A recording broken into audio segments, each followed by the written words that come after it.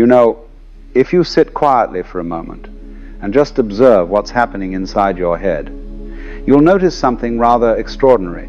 There's this constant chatter going on, an endless stream of commentary, of narration, of conversation with yourself about yourself. It never stops.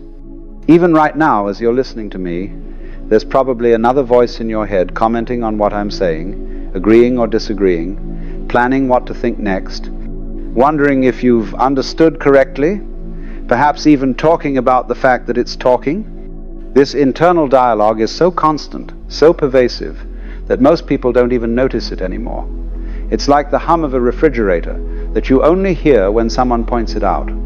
But once you do notice it, once you become aware of this endless internal conversation, a very natural question arises. Why won't it stop? Why does the mind insist on this constant talking to itself? And more importantly, who is talking to whom? If it's your mind talking to itself, then who is the talker and who is the listener? Are there two of you in there? And if there are two, which one is the real you? The one doing the talking or the one listening to the talking? Let me tell you, this is not a trivial question. This is perhaps one of the most important questions you can ask about the nature of your own consciousness. Because this internal dialogue, this constant mental chatter, is at the root of almost all human suffering. It's the mechanism by which we create anxiety, worry, regret, and most of our psychological pain. And yet we're so identified with it that we think it's who we are. Let's start by examining what this internal voice is actually doing. If you pay close attention, you'll notice that it's doing several things. First, it's narrating. It's telling you the story of what's happening. I'm sitting here listening to this. I wonder what he'll say next. This is interesting. I'm not sure I agree with that. It's like a sports commentator giving you a play-by-play of your own life, except that you're living the life and providing the commentary simultaneously. Second, it's evaluating. It's constantly judging everything that happens as good or bad, pleasant or unpleasant, desirable or undesirable. I like this, I don't like that. This is going well, this is going poorly, I should have done that differently, I hope this continues, I hope that doesn't happen again. On and on, an endless stream of evaluation and judgment. Third, it's planning and rehearsing.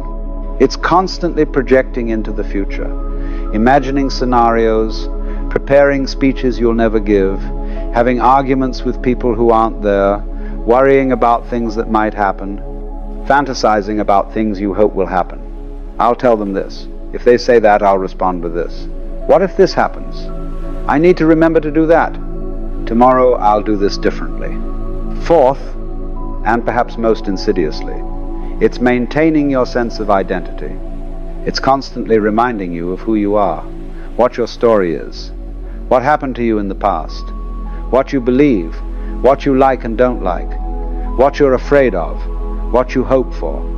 I'm the kind of person who I've always been. I could never. I remember when this is just like me too. It's like a propaganda machine working tirelessly to convince you that you are this particular character in this particular story. Now, why does the mind do all this? What's the purpose of this endless chatter? Well, fundamentally, it's trying to maintain control. The mind believes that if it can just think about things enough, analyze them enough, plan for them enough, it can control what happens. It's trying to make life safe, predictable, manageable. It's trying to avoid pain and secure pleasure. It's trying to defend and promote this entity it believes itself to be, this separate self that needs protecting and advancing. But here's the problem. It doesn't work. All this thinking, all this planning, all this worrying and analyzing and rehearsing, it doesn't actually give you control over life. Life continues to unfold in ways you don't expect and can't predict. Things happen that you didn't plan for. People behave in ways you didn't anticipate. And yet the mind keeps on talking, keeps on trying, keeps on believing that if it just thinks a little harder, plans a little better, worries a little more thoroughly, it will finally achieve the control it seeks. It's like someone standing in a boat trying to push the boat forward by pushing on the mast.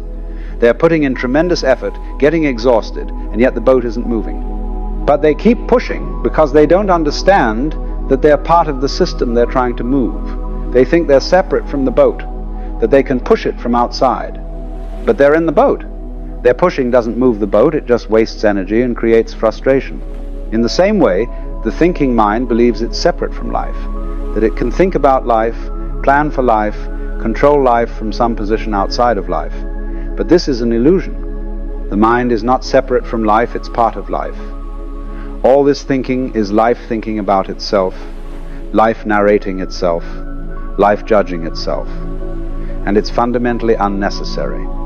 Now you might object, but surely some thinking is necessary. We need to plan, to solve problems, to make decisions. And yes, of course, practical thinking has its place. If you need to get from point A to point B, you need to think about the route. If you have a problem to solve, you need to think about solutions. You know,